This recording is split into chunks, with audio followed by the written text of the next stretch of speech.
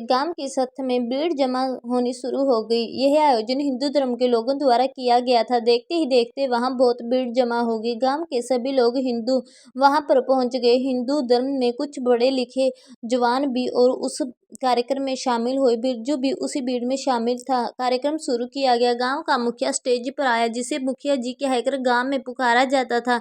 वह फिर से चुनाव में खड़ा हुआ। स्टेज पर आकर वह मुखिया बोलने लगा। मुखिया,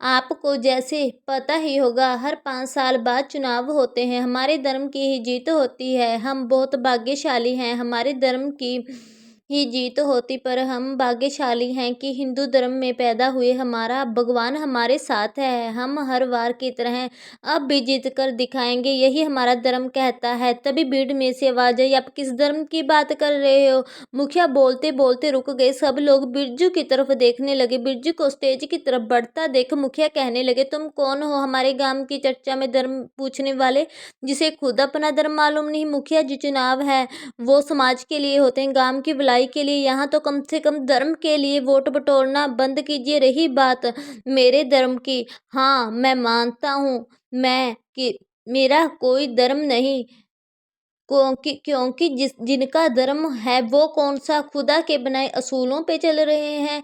अब तुम सिखाओगे हमें धर्म को कैसे मानना चाहिए? मुखिया ने बिरजू को धक्का देते हुए कहा। नहीं, मैं कौन होता हूँ सिखाने वाला? बिरजू ने मुखिया के सामने लगा माइक अपनी तरफ करते हुए कहा। तुम उस भगवान से ही सीख लो। बिरजू ने भीड़ को देखते हुए कहा। मुझे आप एक बात बताओ, एक भी धर्म बताओ जिसका अलग खुदा है। अरे जिस धर्म को आप मानते हो, हर धर्म में एक खुदा की बात की गई है। बाबा फरीद अनेक भक्त संत की रचनाएं गुरु ग्रंथ साहिब में दर्ज हैं।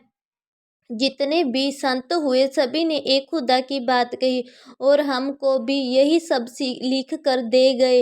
हम भगवान की बात करते हैं पर भगवान की बात नहीं मानते। भगवान हमसे क्या चाहते हैं हमें तो कुछ भी नहीं पता।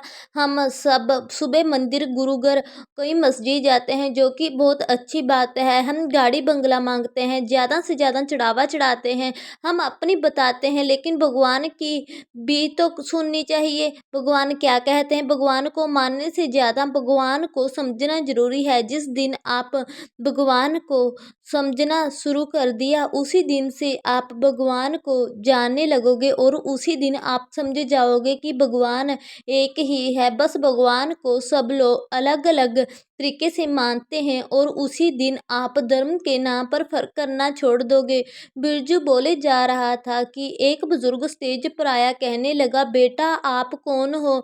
बिरजू ने उस बुजुर्ग की तरफ देखा। बुजुर्ग ने फिर कहा, बेटा हम सब तुमको तो पागल समझते थे।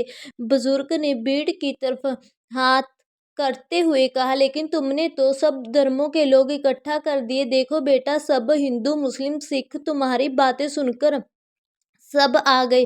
बिरजू ने भरी हुई आंखों से भीड़ की तरफ देखा और कहने लगे, भगवान भी आप सबको एक जगह इकट्ठा देखकर खुश होंगे। बिरजू ने बुजुर्ग की तरफ देखा और कहा, बाबा मैं भी भगवान का ही बंदा हूँ। बुजुर्ग, बेटा तुम तो बहुत बुद्धिमान लग रहे हो।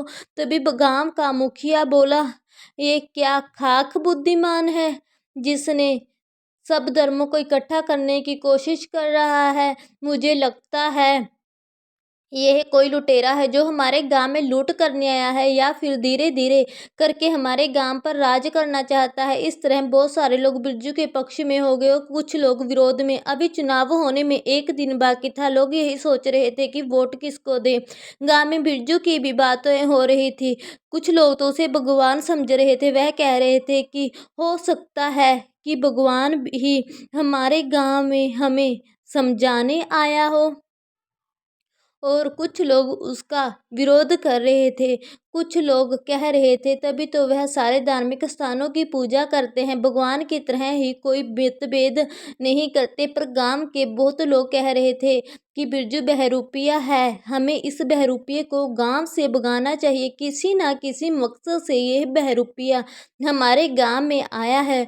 कुछ कह रहे थे बिरजू धार्मिक स्थानों पर कब्जा करना चाहता है, और बोला बाला बनकर धार्मिक स्थानों पर चढ़ने वाले चढ़ावे को हड़पना चाहता है। हमें बिरजू किसी ना किसी तरह गांव से जल्दी निकालना होगा, ताकि जिस मकसद से बिरजू गांव में आया है वह मकसद पूरा ना कर पाए। गांव का मुखिया तो बिरजू के पहले ही विरोध में था और बिरजू को गांव से निकालना चाहता था। मुखिया ने बिरजू पर पंचायत इकट्ठी की, सभी पंचों को बुलाया गया। पंच सभी धर्मों के अपने अपने थे। मुखिया ने सभी गांव वालों से कहा, पता नहीं बिरजू नाम शख्स हमारे गांव में क्या करने आया है, उसे पहली बार बोलते देखा, आंखें खुली रहेगी। हमें तो बिल्कुल पागल नहीं लगता। यदि हम अपने गांव का भला चाहते हैं तो हमें बिरजू को गांव से निकालना होगा। पर कुछ लोग बिरजू को भगवान मानने लगे थे, इस कारण वह मुखिया की बात का विरोध करने लगे। मुखिया ने लोगों की वोटें पुआई। मुखिया ने कहा, जिसकी वोट ज़्यादा होगी उसकी ही बात मानी जाएगी। सब लोगों ने अपनी अपनी वोट दी, पर अंत में बिरजू के पक्ष में वोट ज़्यादा हुई। मुखिया को और भी चिंता सताने लगी, क्योंकि वोट बिरजू के पक्ष में थी।